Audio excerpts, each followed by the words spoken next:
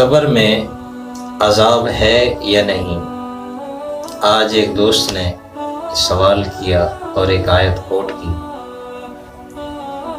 تو میرا دل چاہا کہ میں یہ آپ کو بھی بتا دوں۔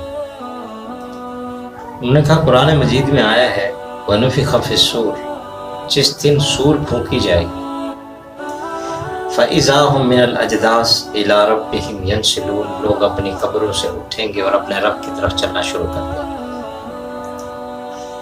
قَالُوا يَا وَيْلَنَا، کچھ لوگ ان میں سے کہیں گے یا ویلنا، ہلاکت ہو، مَن بَعَثَنَا مِن مَرْقَدِنَا، کہ کس نے ہمیں اٹھا دیا ہمارے مرکز سے۔ مرکز کہتے ہیں آرام گاہ۔ ایک ان میں سے کہے گا ھذا ما وعد الرحمن، یہ وعدہ ہے رحمان۔ صدق المرسلون، نبیوں نے سچ کہا۔ اب کہنے والے نے کہا کہ من بعثنا من مرقدنا، کہ ہم اپنی آرام گاہوں میں تھے، ہمیں کس نے اٹھا دیا؟ جب اس نے لفظ مرقد کا کہا، آرام گاہ کا کہا، اور کہنے والا بھی کون ہے؟ مسلمان نہیں ہے۔ کیوں کہ وہ کہہ رہا ہے اپنے ساتھیوں کو ھذا ما وعد الرحمن، یہ وہ رحمان کا وعدہ ہے۔ صدق المرسلون، نبی سچ کہتے تھے، ہم نے کہنا نہیں مانا، آج وہ وعدہ پورا ہو گیا۔ تو جب ان کو قبر میں آرام ہے، یہ اپنی آرام گاہوں سے اٹھنے کا کہہ رہے ہیں، اس کا مطلب ہے کہ قبر میں عذاب وغیرہ کچھ بھی نہیں ہے۔ اگر قبر میں عذاب ہوتا تو ان کے الفاظ یہ نہ ہوتے بھی مرقدنا، تو لہٰذا قبر میں عذاب نہیں ہے۔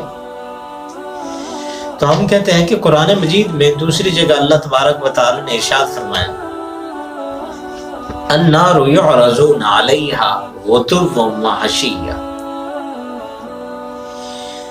کہ آگ پیش کی جاتی ہے۔ النار یعرضون، وہ پیش کیے جاتے ہیں آگ کے اوپر، غدوا وعشیا، صبح اور شام ان کو پیش کیا جاتا ہے۔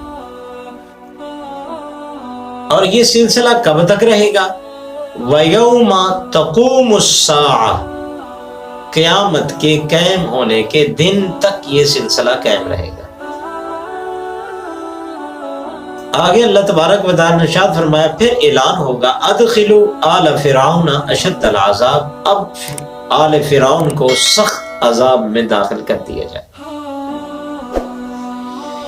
اس آیت میں ایک تو اس آیت کا جواب ملتا ہے، دوسرا اس کے اندر وہ چیز واضح بیان ہو گئی ہے جو آپ اس آیت سے ماخوذ کر رہے تھے، استنباط کر رہے تھے کہ قبر میں عذاب نہیں ہے۔ اب یہاں اس آیت نے اس مسئلے کو کھول کے رکھ دیا کہ النار یعرضون علیہا غدوا وعشیا، کہ صبح اور شام ان کو آگ کے اوپر پیش کیا جاتا ہے۔ اور یہ سلسلہ کب تک رہے گا؟ یوم تقوم الساعہ۔ اب دیکھیے، ایک عالم دنیا ہے، ایک عالم برزخ ہے، ایک عالم محشر ہے۔ اب یوم تقوم الساعہ یہ لفظ بتاتا ہے کہ کھڑے ہونے سے پہلے کا عمل یہ ہے، جب کھڑے ہو جائیں گے عالم محشر شروع ہو جائے گا، عالم برزخ ختم ہو جائے گا۔ تو جب یہ برزخی زندگی کے بارے میں کہا جا رہا ہے النار یعرضون علیہا غدوا وعشیا، اب اس آیت کا دوسرا حصہ ہے جیسے کھڑے ہوں گے اپنی قبروں سے، تو کہا جائے گا فرعونیوں کے لیے ادخلوا آل فرعون اشد العذاب، اب انہیں سخت عذاب میں داخل کر دیا جائے۔ اب سمجھنے میں آسانی ہوگی کہ عذاب میں تو وہ پہلے بھی تھے، اب جب سخت عذاب میں ڈالا جائے گا، جیسے اب مثال میں آپ کے سامنے رکھتا ہوں کہ ایک آدمی ہے، بلڈنگ بن رہی ہے، وہ نیچے نیچے کھڑا ہے، تغاری اوپر والے کو دے دیتا ہے، وہ پھیلی جو ہوتی ہے جس کے اندر گارا وغیرہ ڈالا جاتا ہے، وہ پھیلی اوپر دیتا ہے، پھر وہ اس اوپر دیتا ہے، پھر وہ اس سے اوپر، پھر وہ اس سے اوپر، ایک اوپر کھڑا ہوا ہے پھٹے کے اوپر۔ اب پھٹے والے کو نیچے جو سب سے نیچے کھڑا ہے اسے کہا جائے کہ آپ اوپر چلے جائیں، تو وہ کیا کہے گا؟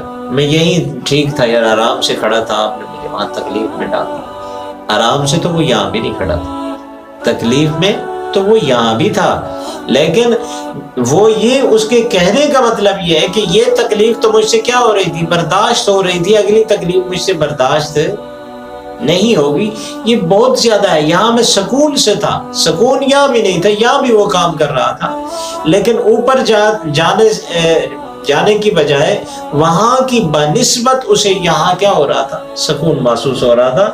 اب جب یہ اعلان ہوگا ادخلوا آل فرعون اشد العذاب، جو جہنم سامنے ہوگی، یہ اب قبر والے عذاب کے بارے میں کہیں گے کہ مرقدنا، ہم کس میں تھے، آرام میں تھے، یا ویلنا من بعثنا، کس نے ہمیں اٹھا دیا۔ اس طرح تو آیتوں کے اندر تطبیق ہو جاتی ہے، مل جاتی ہیں، وگرنہ ان آیتوں میں تضاد پیدا ہو جائے گا اگر اس طرح کا معنی لیا جائے۔